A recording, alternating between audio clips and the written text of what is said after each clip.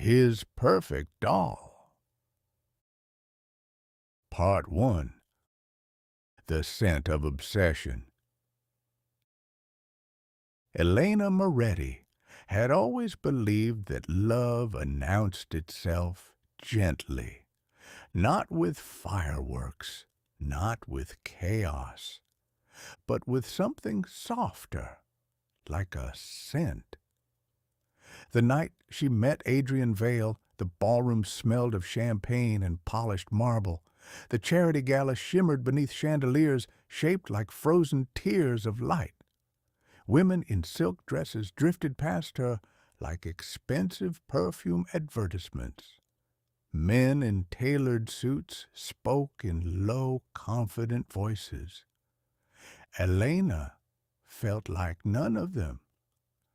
She had borrowed her dress from a friend, a simple black gown, nothing dramatic, nothing loud. Her dark hair fell naturally over her shoulders, untouched by professional styling. She had come only because her boss insisted the company needed a warm face at the event. She had no idea that someone was already watching her. Adrian Vale did not enter rooms quietly. People turned when he moved. Tall, controlled, impeccably dressed. The kind of man who didn't need to smile for attention. It found him anyway. He owned half the real estate projects rising along the skyline. His interviews appeared in business magazines. His name carried weight. And yet, that night, his eyes settled on her. Not on the socialites, not on the investors. On the girl standing near the window, nervously adjusting the strap of her dress.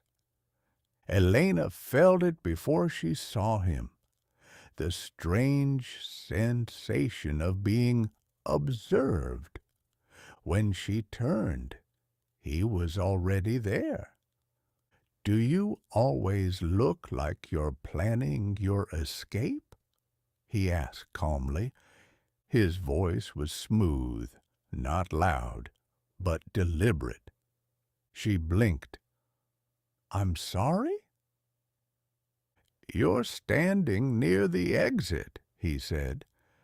"That usually means someone doesn't feel like they belong." She felt her cheeks warm. "Maybe I don't." A pause. Then he smiled slightly. Not warm, not cold. Measuring. "I dislike rooms full of people pretending to be impressive," he said. "You're not pretending." "And how would you know?" "Because you're uncomfortable," he replied, "and honest discomfort is rare." There was something unsettling about how precisely he observed her, but it didn't feel dangerous. It felt intimate. He introduced himself simply. "Adrian." She knew who he was immediately. Everyone did. "Elena," she answered. He repeated her name slowly, as if testing its texture. Elena, as though committing it to memory. They spoke for nearly an hour. He asked about her childhood in a small coastal town, about her love of sketching buildings she would never be able to afford, about why she had moved to the city. No one had ever asked her questions like that before, not to impress her, not to flirt clumsily, but to understand. Or at least, that's what she believed. When the music shifted to a slower melody, He studied her again. "You don't wear perfume," he said. She frowned. "I do. Just something light." He shook his head gently. "No, you're wearing something forgettable." The comment should have irritated her. Instead, she found herself strangely curious. The next evening, a small black box arrived at her apartment. No note, just her name written in precise handwriting. Inside was a bottle of perfume unlike anything she had ever seen. Crystal, minimal, expensive. She sprayed it once. The scent unfolded slowly. Warm amber, something floral beneath it, something darker, hidden deeper still. It felt powerful. Her phone buzzed. Unknown number. Wear it tonight. Her heart raced. She hesitated, but she wore it. Adrian was waiting downstairs when she stepped out of her building. "You came," he said softly. "You told me to. And you listened." There was no accusation in his voice, only quiet satisfaction. Throughout dinner, he leaned closer than necessary.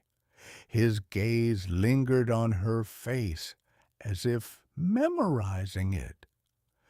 "You see," he said at one point, brushing his fingers lightly along her wrist, "a scent is not just a fragrance. It's identity." She swallowed. "I chose something that would stay," he continued, "something people would associate only with you." "Or with you?" she asked gently. He smiled again. "Exactly." She should have noticed it then, the subtle correction, the possessiveness hidden inside charm. But instead, she felt chosen, and being chosen by someone like Adrian Vale felt intoxicating. Over the following weeks, everything accelerated. Flowers appeared at her office. A driver waited outside her building. Reservations were made before she could suggest them. He didn't overwhelm her with loud declarations. He created an atmosphere, a world where she was central. "You deserve more than that apartment," he said one evening, looking around her small living room. "Come stay with me." It sounded logical, temporary, practical. He lived in a penthouse overlooking the river, floor-to-ceiling windows, marble floors, silence thick enough to echo. The first night she slept there, she felt suspended above the city. Important. Protected. The perfume bottle now sat on his bathroom counter. Not hers. His. "Keep it here," he suggested casually. "It belongs where I can see it." The next morning, he handed her a garment bag. "For dinner. Tomorrow." Inside was a dress she would never have chosen herself. Elegant, fitted, slightly more revealing than she preferred. "It's beautiful," she admitted. It will look better on you than it ever did on the mannequin." She laughed softly, but when she hesitated, he tilted his head. "You trust my taste, don't you?" "Yes." "Good." That word again. Good. As if she had passed something invisible. Weeks turned into a month. He encouraged her to leave her job. You don't need to exhaust yourself for someone else's company. He suggested new friends. Your circle should reflect who you're becoming.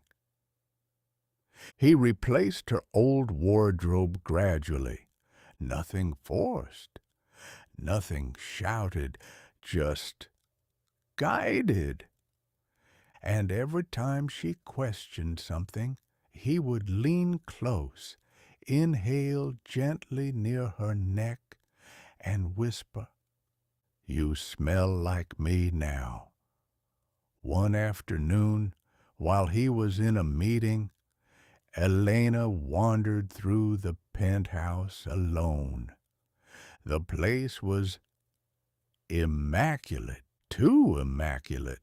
She opened drawers absent-mindedly. Perfect order, perfect symmetry, until she reached a drawer in his study that resisted slightly. Inside was a small velvet box. Her pulse quickened. She opened it. Another perfume bottle. Identical. Same crystal, same shape. But the label beneath it read a different name. Clara. Her chest tightened. She stared at it for a long moment. The scent was the same. She could tell without spraying it. The same amber warmth, the same darkness beneath. A sudden memory surfaced. A woman at the gala whispering weeks ago, "Adrian always has a type." At the time, she had dismissed it as jealousy. Now the words echoed differently. She placed the bottle back exactly as she found it, closed the drawer. Her reflection in the darkened window looked unfamiliar. Had her hair always been styled this way? Had she always worn this shade of lipstick? She lifted her wrist and inhaled. Amber, warm, familiar, but suddenly suffocating. That evening, when Adrian returned, he kissed her softly. "You wore it today," he murmured. "Yes." He paused. His gaze sharpened slightly. "Did you touch anything in my study?" Her heart skipped, just looking around. A beat of silence. Then he smiled. "You're curious. I like knowing things." He stepped closer. "You don't need to know everything." There it was, not anger, not threat, just quiet instruction. Later that night, as she lay beside him, unable to sleep, she listened to his breathing, steady, controlled, certain. She realized something that unsettled her more than the second perfume bottle. He had never once asked what scent she liked. He had chosen it for her. He had placed it on her skin. He had watched her accept it. And suddenly she wondered if the perfume was chosen, if the dress was chosen, if the apartment was chosen, if the friends were chosen. What else had been decided for her? In the darkness, she turned slightly. Adrian's arm tightened instinctively around her waist, even in sleep. Possessive, automatic. Outside, the city lights flickered like distant warnings. Elena closed her eyes, and for the first time since meeting him, she did not feel chosen. She felt arranged, like something carefully positioned, something beautiful, something fragile, something replaceable. The scent lingered in the air between them, warm, heavy, unavoidable. And somewhere deep inside her, beneath the amber and illusion, a crack began to form. Part 2. The Rules of Love. When Elena woke the next morning, the city looked different. It was the same skyline, the same silver river cutting through the towers, but something had shifted inside her. The black velvet box still stood on the marble vanity, open. The perfume bottle glowed softly in the amber light. She touched it without thinking. The scent lingered on her fingers long after. Adrian was already awake, dressed, precise, as always. He stood near the window, watching the city as if it belonged to him. "It suits you," he said without turning. "What does?" "This place." She smiled faintly. "It's yours. For now." The way he said it made her pause. For now. He walked toward her slowly, adjusting the cuff of his shirt. "I spoke with your manager yesterday," he added casually. Elena blinked. "You did?" "Yes. Your position is temporary anyway. They won't renew your contract." Her stomach tightened. "You told me you loved designing, not spreadsheets." "I do," she said carefully. "Then why waste your time answering to someone else?" He stepped closer. "I could give you a studio, materials, freedom. You wouldn't have to sit in a gray office pretending you're satisfied." It sounded like a dream. It sounded generous. But something about the fact that he had already spoken to her manager unsettled her. "You didn't have to call him," she said softly. Adrian tilted his head. "I take care of what belongs to me." There it was again. Belongs. He kissed her forehead as if sealing something. Days passed in a golden haze. A new wardrobe appeared in her closet, dresses tailored to perfection, heels she had never imagined wearing. Her old clothes were carefully boxed. "I'll donate them," Adrian said. "You don't have to. They don't reflect you anymore." She hesitated. "And what reflects me?" He studied her for a long moment. Elegance, discipline, control. Control. She wasn't sure she liked that word attached to her. At dinner one night, he corrected her gently. "Don't laugh so loudly," he murmured, smiling as if nothing was wrong. "It attracts attention." Another time, "You shouldn't speak about your family that way. It sounds provincial." He never raised his voice. He never shouted. He refined, adjusted, polished, like porcelain. "You're becoming extraordinary," he would say afterward, brushing his thumb along her jaw. "You just needed guidance." Guidance. Another word that felt heavier each time.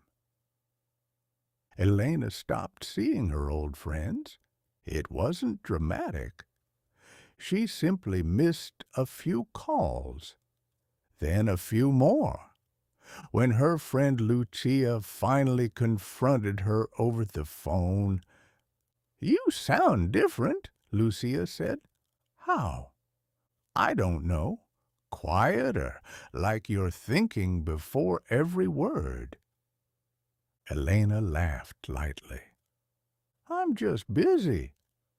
With him? There was a silence. Lucia lowered her voice. "Be careful." "Of what?" "Men who want to shape you."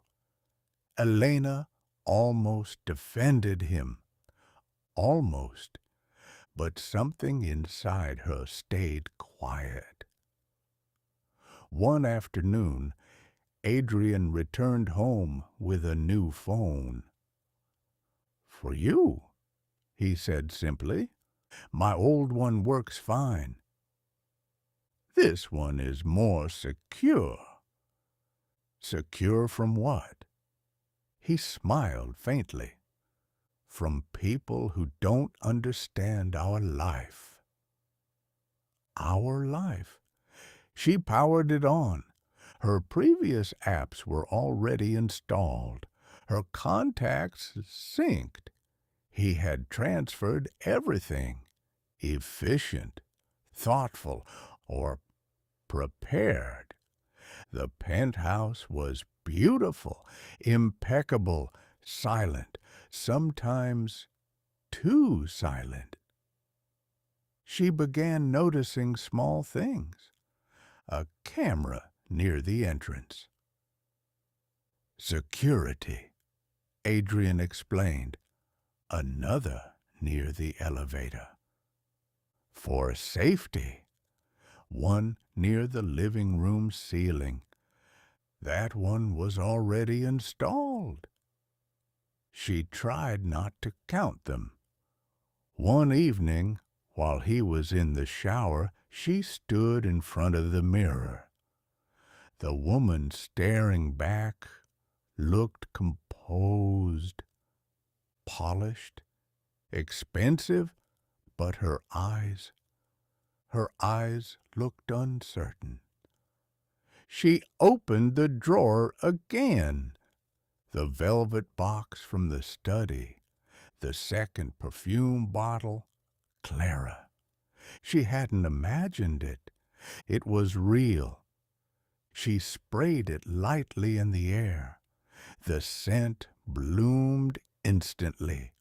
Identical, exactly identical. Her pulse quickened. The same warmth, the same amber, the same ownership. Footsteps. She wiped the air with her hand as if erasing evidence.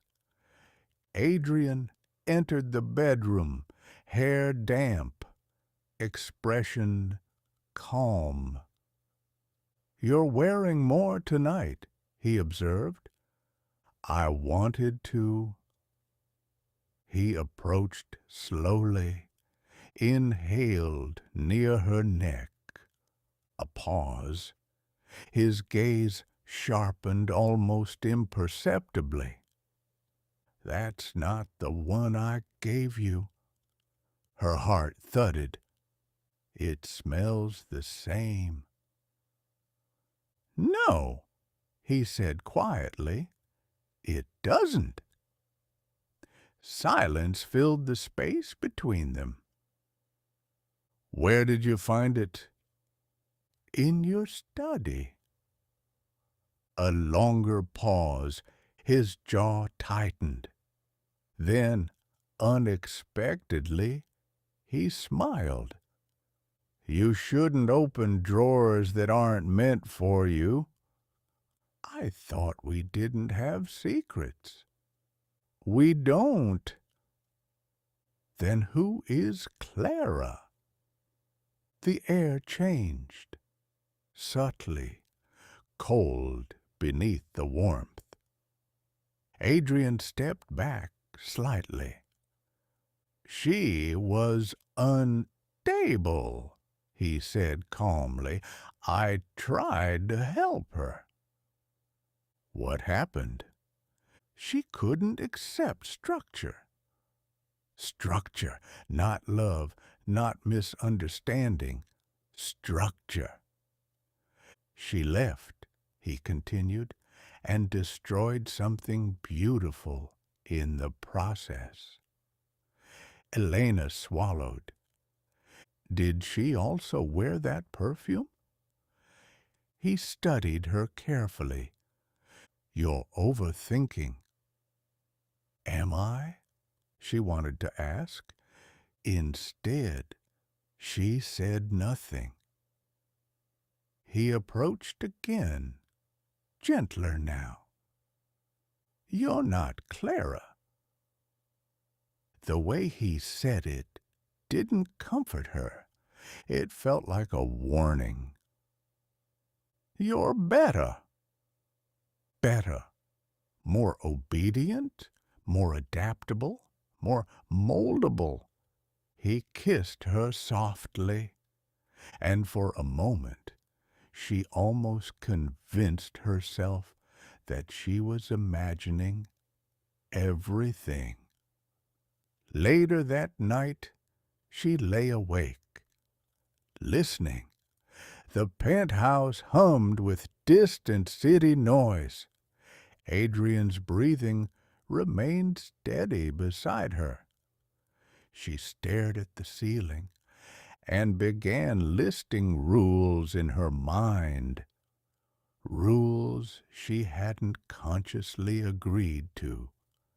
Speak softly, dress as chosen, laugh carefully, call fewer friends, wear the scent, ask fewer questions. She turned her wrist and inhaled again. The fragrance was no longer intoxicating. It felt like a mark, a signature, as if she had been labeled. The memory of Clara's name burned quietly in her thoughts. If Clara couldn't accept structure, what happened when porcelain cracked? Adrian shifted in his sleep. His arm tightened around her waist. Possessive, instinctive, claiming. She stared into the darkness. And for the first time, she didn't feel protected. She felt positioned, arranged, adjusted. And somewhere beneath the silk sheets and golden light, she realized something dangerous. Love in Adrian's world came with conditions, and she had just begun to see them.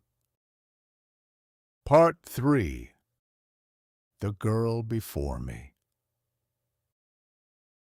Elena began to notice patterns, not obvious ones, subtle ones.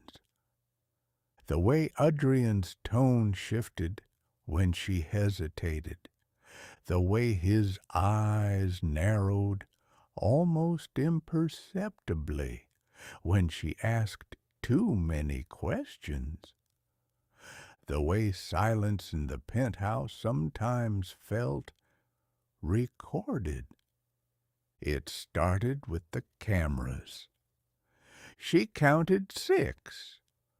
One in the hallway, one near the entrance, one angled toward the living room, 2 near the elevator, and one small, nearly invisible lens embedded in the ceiling molding above the kitchen.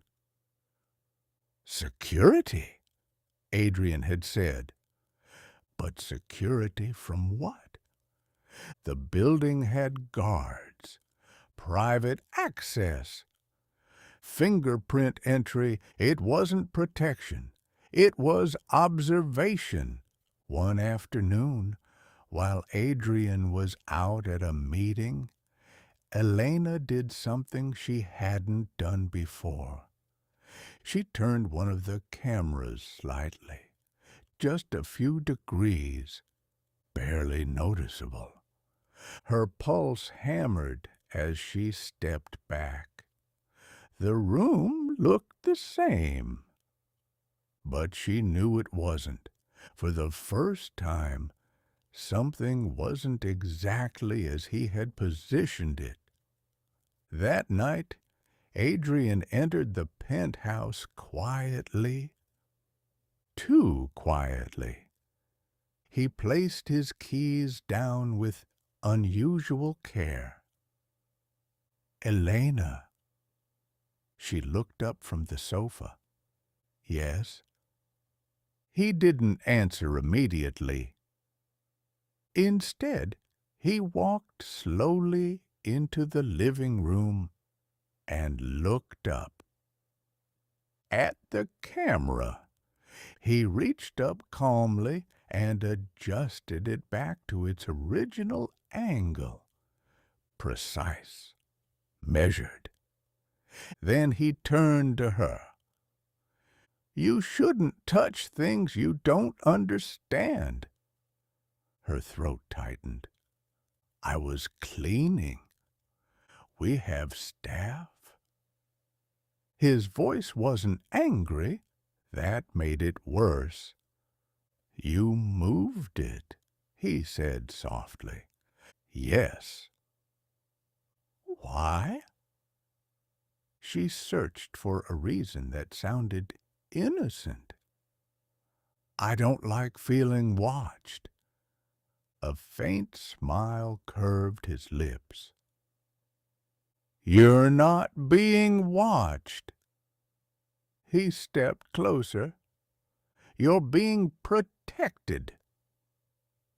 The distinction hung in the air. Later that night, she opened her laptop. Not the one he had given her. The old one she had hidden inside a suitcase at the back of the closet. It took longer to start. It felt slower, but it felt like hers. She typed one name into the search bar. Clara. At first, nothing relevant appeared. Then she added Adrian's company name. And there she was, an old photo from a charity event 2 years ago, standing beside him, dark hair, delicate features, wearing a fitted black dress, smiling softly, too softly. Elena leaned closer to the screen. The resemblance wasn't exact, but it was enough. The posture, the composure, the way she stood half a step behind him. Another article mentioned that Clara had left the city abruptly after a stress-related episode. No details, no explanation, just gone. Elena's heart pounded. She opened social media. Clara's profile hadn't been updated in over a year. The last photo showed her at the same penthouse terrace Elena now called home. Caption: "Learning to become who he believes I can be." Elena closed the laptop slowly. The room felt colder. When Adrian returned from his shower, she studied him differently. She watched the way he folded his clothes, the way he aligned objects on his desk, the way he corrected minor asymmetries in the room. He liked control. He needed symmetry. He shaped environments. He shaped people. "Why are you staring at me?" he asked lightly. "I was thinking." "About?" "You said Clara was unstable." "Yes." "What did she do?" He dried his hands slowly. "She resisted." "Resisted what?" "Improvement." "Improvement!" Elena felt a flicker of anger. "You talk about people like projects." "Everything is a project," he replied calmly. "Even love." That sentence settled heavily inside her. "Love isn't design," she said quietly. He stepped toward her. "It is, if you want it to last." His hand brushed her cheek. "You're doing very well," he whispered. "Don't ruin it." Ruin what? The illusion? The arrangement? Days passed with increased subtle tension. Adrian began testing her. Small things. "If you trust me, delete Lucia's number." "She doesn't understand our world." "If you care about us, stop wearing that necklace. It doesn't suit the image." Image. Always image. She complied at first, not out of obedience, out of calculation. She needed him calm. She needed him predictable. But something inside her had shifted. She no longer felt chosen. She felt compared, measured against someone who had failed. "You're not Clara," he repeated one night. But now she understood the unspoken ending. Yet. One evening, while Adrian hosted investors in the living room, Elena lingered near the hallway. She overheard fragments of conversation. "Discipline is essential. People are raw material. You refine them or they collapse." Laughter followed, soft, controlled. She stepped into the room with wine glasses balanced carefully in her hands. Adrian's eyes flickered toward her, approving or assessing. She couldn't tell any more. Later, when the guests had left, she asked, "Do you think people are raw material?" He poured himself another drink. "Most people don't know what they're capable of," he said. "They need direction. And if they don't want it, they always do, eventually." The certainty in his voice terrified her more than anger ever could. That night, Elena stood on the terrace alone. The city shimmered below. She inhaled deeply. The perfume still clung to her skin. But now she imagined it differently, not as a gift, as a mark, a signature placed on her before she even understood the contract. She whispered into the wind, "I'm not raw material." The words felt fragile, but real. Behind her, the terrace door slid open. Adrian stepped outside. "Talking to yourself?" "Just thinking." He wrapped his arm around her waist. Firm, possessive. "You overthink," he murmured. "That's the only flaw you have."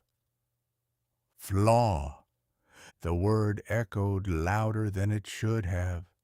She looked at the skyline, at the vast city beyond his reach, and for the first time she realized something that steadied her heartbeat.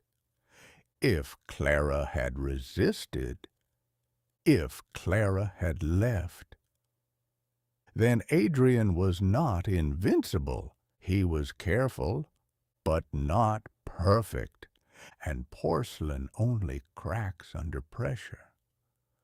As Adrian guided her back inside, Elena made a silent promise to herself. She would not confront him, not yet. She would observe, learn, understand the structure he loved so much, because to break something, you first have to see where it bends. Part 4. Cracks in Porcelain. Elena stopped reacting. That was the first change. She no longer defended herself, no longer questioned him directly, no longer showed the flicker of resistance in her eyes. She listened, and Adrian seemed pleased. "You're calmer," he said one evening, adjusting the collar of his jacket before a dinner meeting. "I knew you would settle." Settle, like dust, like something that finally stops moving. She smiled softly. "I'm learning." That was the word he liked. Learning. He kissed her temple. "That's why you're different." Different from Clara. But this time Elena didn't flinch. Earlier that day she had done something small, dangerous. She had placed her old phone, the one he thought she had discarded, inside the drawer of his study desk. Screen down, microphone on, recording. Her hands had trembled slightly when she pressed the button. It felt dramatic, almost theatrical. but something inside her knew she would need proof. Not for the world, for herself.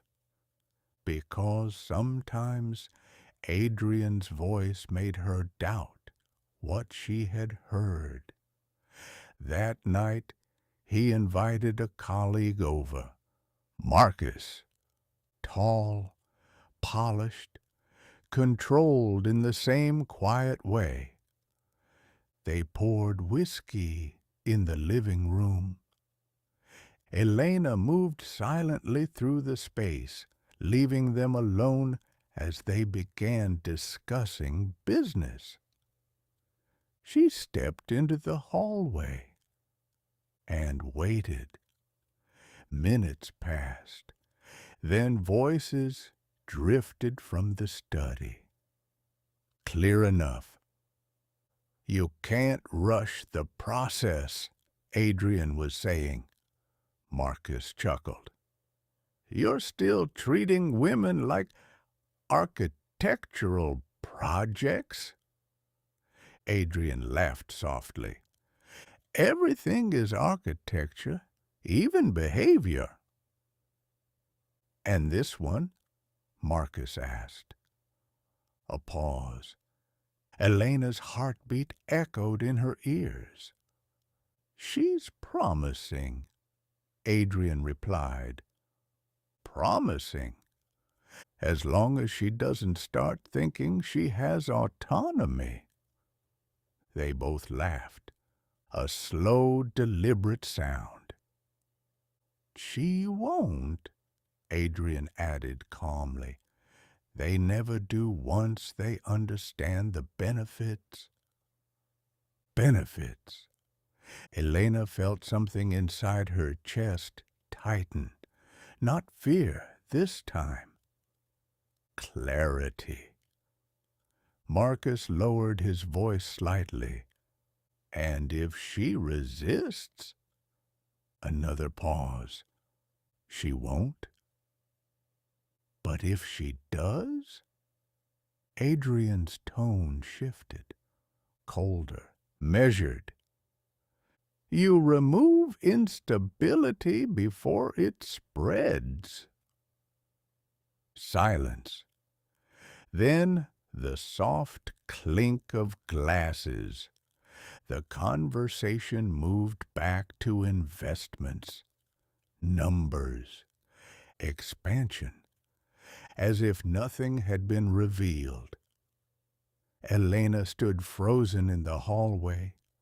Her skin felt hot, but her thoughts were strangely calm. Remove instability. That's what Clara had been, instability. Not a woman, not a partner, a flaw in design. She waited until Marcus left, until Adrian walked her to the elevator, until the penthouse fell silent again. Then she returned to the study. Her fingers felt numb as she opened the drawer. The phone screen glowed softly. Recording still active. She stopped it. Saved the file. Played back a few seconds. She's promising. As long as she doesn't start thinking she has autonomy. Her breath caught. It was real, not imagined, not distorted by emotion. Real. She didn't cry. That surprised her. Instead, she sat at the edge of the bed later that night, watching Adrian as he scrolled through emails. He looked composed, elegant, perfectly aligned with his world. You're quiet, he observed, just tired. You shouldn't tire yourself with unnecessary thoughts. He placed his laptop aside, came closer. His hand traced the line of her shoulder. "You know I'm shaping you into something extraordinary, don't you?" There it was, finally spoken. Shaping. Into what? She asked softly. Into someone who understands power. And what if I don't want power? He tilted his head. That would be disappointing. Not angry, disappointed. As if she were a sculpture cracking under pressure. Later, when he slept, Elena lay awake beside him. The recording file glowed faintly on her hidden phone. Proof, evidence, not just of control, of intention. He wasn't protecting her. He wasn't guiding her. He was constructing her, and constructions can be dismantled. She studied his sleeping face, so calm, so certain. He had never imagined she would record him, because in his mind she wasn't capable of strategy, only compliance. A slow breath left her lips. For the first time, she didn't feel like porcelain. She felt like glass, and glass, when shattered, cuts.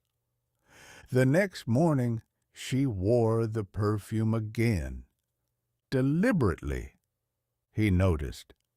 Good, he murmured approvingly, but this time, when the scent rose around her, it didn't feel like ownership.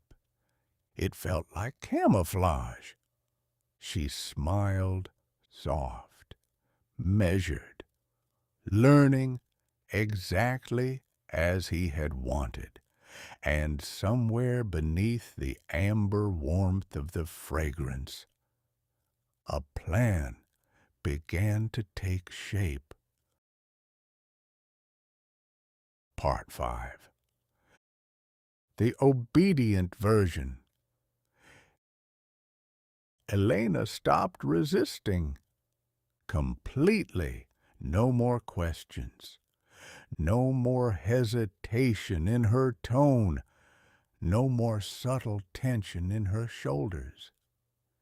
She moved through the penthouse like silk, smooth, quiet, compliant, and Adrian noticed. "You're different," he said one evening, watching her from across the dining table. "Different how?" she asked softly. "Settled." She lowered her gaze just enough to look sincere. "I was wasting energy before," she replied, "fighting things I didn't understand." His expression shifted. Not suspicion, satisfaction. "That's growth," he said. She nodded. Growth. That was the word he preferred over control. She began asking for his guidance, deliberately. "What do you think I should wear tomorrow? Should I respond to Lucia, or is it unnecessary? Do you think I spoke too freely at dinner?" Each question was placed carefully, like stepping stones, and each time he answered with increasing confidence. He believed he was shaping her. He did not realize she was mapping him. Elena studied his rhythms. He checked the cameras at night, but only casually. He reviewed financial reports meticulously, but never personal messages. He assumed loyalty once compliance was visible. He needed visible obedience, so she gave it to him. One evening, she approached him while he worked in the study. "I've been thinking about what you said," she murmured. He didn't look up immediately. "About autonomy." That word used to irritate him. Now it intrigued him. "And," he asked calmly, "I think autonomy is overrated." His fingers paused above the keyboard. She stepped closer. People waste it. They confuse freedom with chaos. He leaned back in his chair, studying her face. "And what do you believe now?" She met his eyes steadily. "I believe structure protects you from becoming weak." Silence. For a moment, she thought she had gone too far. Then he smiled. Slowly. "You're learning," he said. She smiled back. Exactly the way he liked. From that night on, he relaxed. Subtly. He stopped watching her as closely. He no longer questioned when she moved around the penthouse alone. He no longer corrected her tone, because there was nothing to correct. She had become the ideal version, soft, measured, predictable, or so he believed. But beneath the calm surface, Elena was building something precise. She catalogued his phrases. Remove instability, control the narrative. People need direction. She replayed the recordings, saved them to multiple locations, encrypted copies, a cloud account under a different name. She memorized the tone of his voice when he spoke about refinement. Not love, refinement. He never used the word love unless it was followed by expectation. One night, as they stood before the mirror, Adrian wrapped his arms around her from behind. "You see," he whispered, "you're calmer now, more aligned." She watched their reflection. He looked proud. She looked serene. "I trust you," she said quietly.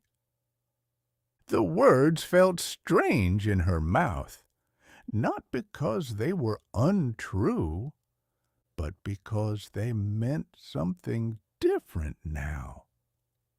He interpreted trust as surrender. She meant calculation. Days later, he tested her. "You haven't spoken to Lucia in weeks," he said casually. "No." "Why?" "She distracts me." His lips curved slightly. "And what are you focused on?" She turned toward him slowly. "Becoming someone you don't regret choosing." The sentence landed exactly where she intended. Pride softened his features. He stepped closer. "You won't regret this either," he said. Regret. The word lingered. She almost smiled. He thought the game was finished. He thought resistance had been erased. He thought Clara had been a flawed draft. And Elena was the perfected addition. But perfection is the most dangerous illusion, because once someone believes they have won, they stop guarding the board. That night, while he slept peacefully beside her, Elena unlocked her hidden phone. She transferred the latest file, a conversation from earlier that evening. She finally understands the value of discipline. I told you she'd stabilize, like a patient, like a malfunction. She listened to his voice in the darkness. Calm, certain, arrogant. She didn't feel anger anymore, only clarity. He didn't love transformation.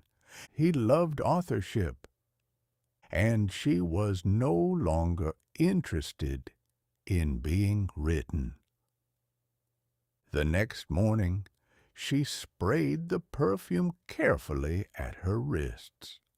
The amber scent rose warm and controlled. He inhaled as she passed him. "Perfect," he murmured. She smiled, soft, obedient, unthreatening. But inside, something had shifted permanently. She was no longer reacting to his structure. She was studying its weaknesses. And every structure has one, a pressure point, a blind spot, a moment when control depends entirely on belief. He believed she belonged to him. That was the flaw, because belonging, once withdrawn, leaves an absence no architect can redesign. As she stepped toward the elevator later that afternoon, Adrian did not look up from his desk. He did not check the cameras. He did not question her movement. Why would he?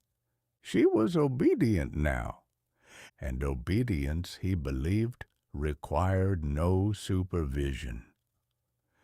The elevator doors closed softly.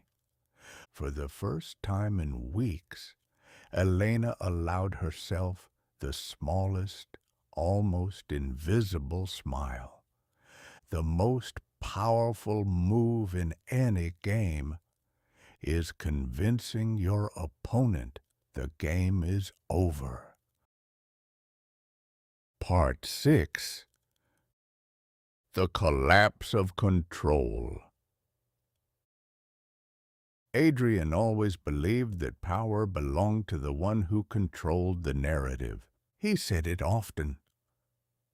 Control the story, and you control perception. Elena remembered the first time he used that phrase. He had been speaking about business, about investors, about public image. She understood now. He had never separated life from strategy. People were structures. Conversations were blueprints. Reputation was architecture, and architecture collapses when the foundation cracks. The final crack did not begin with shouting. It began with silence. For weeks, Elena continued her performance. Soft voice, measured movements, perfect alignment. She allowed him to believe the transformation was complete. She let him speak freely in front of her. He stopped lowering his voice, stopped choosing words carefully. He believed the threat had passed.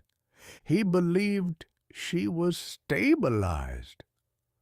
The morning she left, there was no argument, no dramatic confrontation, no tears.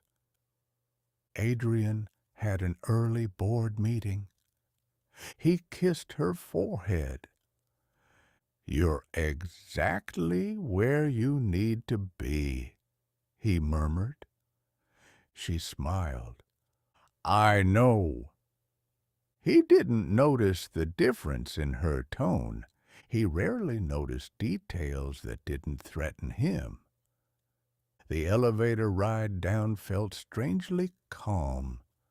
She carried only one suitcase and the hidden phone. The files had already been copied, multiple locations, encrypted storage, scheduled release. That was the part he never anticipated. Automation. He thought control required presence.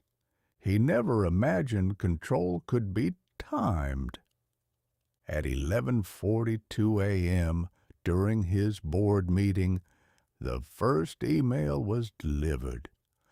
Not to the press, not yet, to the investors.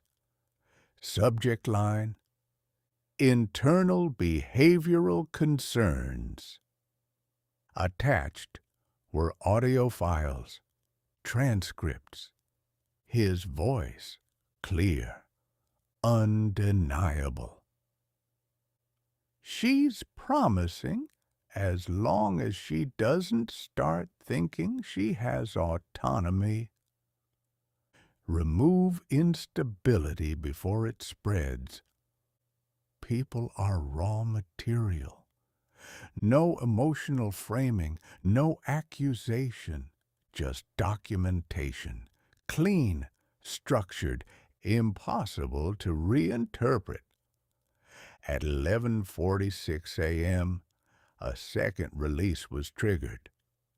This time to a private legal contact Elena had secured weeks earlier. At 11:52 a.m., a journalist known for investigative corporate profiling received a secure file link. By 12:03 p.m., Adrian's phone began vibrating continuously. He excused himself from the boardroom. The hallway suddenly felt narrower than usual. "Adrian," one of the partners said sharply behind him, "we need to talk." He opened his email. His own voice echoed back at him from the audio attachment. For the first time in years, Adrian Vale did not control the room. Elena sat in a small, quiet apartment across the city, unfurnished, neutral, temporary. She watched the skyline through an open window. Her phone buzzed with news alerts. Corporate ethics investigation, behavioral misconduct allegations, investor review initiated. She did not smile. She did not celebrate. She simply listened. To silence, no cameras, no corrections, no monitoring. At 1:17 p.m., Adrian called. She let it ring. Then she answered, "Elena."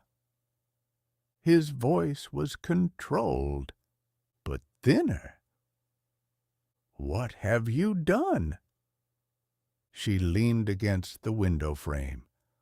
"I controlled the narrative." Silence. "You're overreacting." "No," she replied calmly. "I documented." "You misunderstood context. Your words were very clear." Another pause. "You're ruining everything." She inhaled slowly. "No, I'm removing instability." The silence that followed was different this time. Not strategic, not confident, uncertain. "You think this makes you powerful?" he asked finally. "No," she said, "it makes me free." He exhaled sharply. "You belonged here." She closed her eyes briefly. "That was your mistake." A long pause. Then she added almost gently, "You never loved transformation.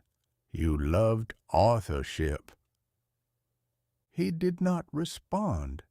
For the first time since she had met him, he had nothing prepared, no structure, no refinement, no script. The call ended without resolution, no threats, no promises, just absence. By evening, investors had requested a temporary step down. Public statements were being drafted. Legal teams were reviewing recordings. Reputation, the structure he guarded most carefully, had developed visible cracks, and cracks spread. Elena opened the black velvet box one last time. The perfume bottle caught the light. Amber, warm, heavy. She lifted it, held it for a moment, then set it down inside a trash bin near the door. The scent would fade, but the lesson would not.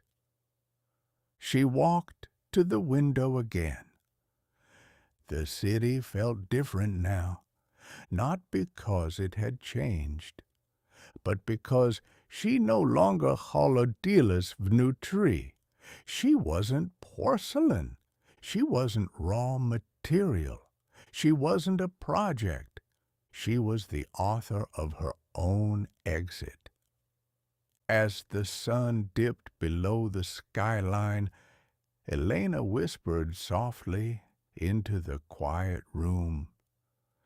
Some structures collapse loudly, others fall in silence.